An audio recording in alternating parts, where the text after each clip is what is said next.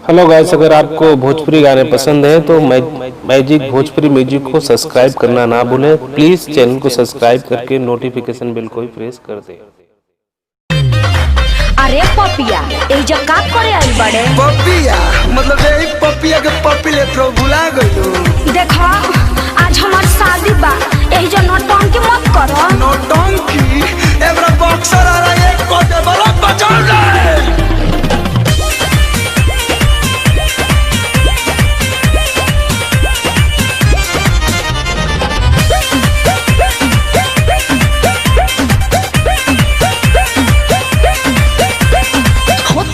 शादी का चाहेला बराबादी, जान जाए पिया बाता जिया ते मुआदी।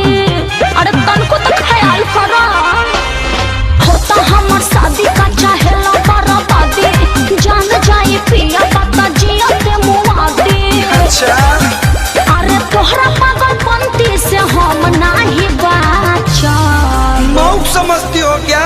ना। नहीं रोवा नहीं टुकु टुकु कहब, दुआर पूजा में नागिन धुन पर कूद कूद के नाचो। सही में नहीं रोवा नहीं टुकु टुकु कहब, दुआर पूजा में नागिन धुन पर कूद कूद के नाचो। तब तो ठीक है बा। बेस बढ़ाओ रे। अरे तनी आराम से। लेवल हाई कर। अरे बूफर फाड़ बोलो।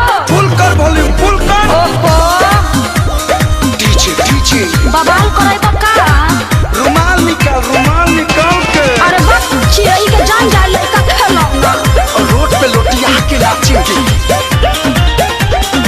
ई सब कुछ न कर, जनी पगला के फेरा में पड़।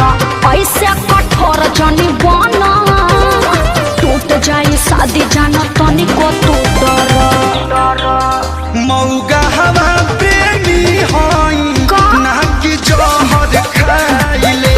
बवाल करे तोरा मोरा देश से लव के कहानी बताई दे। का?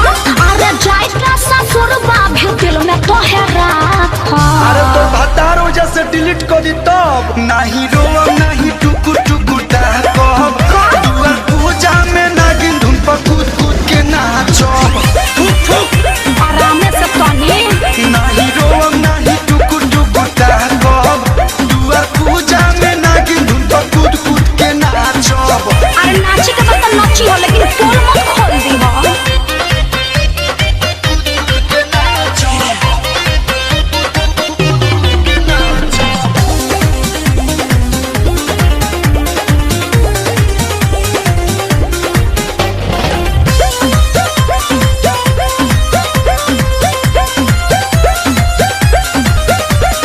बाट मजा बुरे भला दोरे, होई नहीं इतना हम बोरे। पापा के मर्जी से होता के शादी, कोइला बाटे हमरो जरूरी।